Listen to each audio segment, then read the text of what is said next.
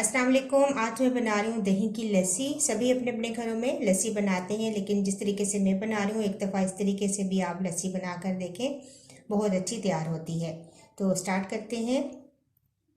1 पाव दही लिया है मैंने और 1 कप आप दूध का ले लें। 2 से 3 टेबल स्पून इसमें आप चीनी डालें।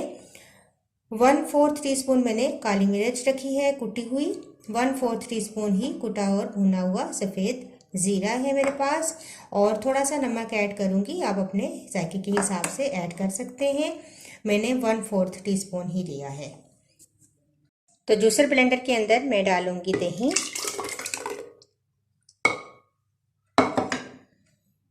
दूध, चीनी, नमक, भुना सफ़ेद ज़ीरा और काली मिर्च। अब हम ब्लेंड करेंगे इसको।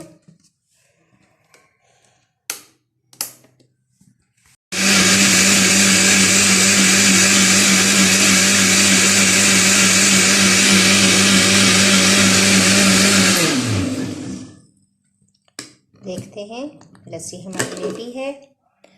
तो इनको मैं ग्लास में निकालती हूँ।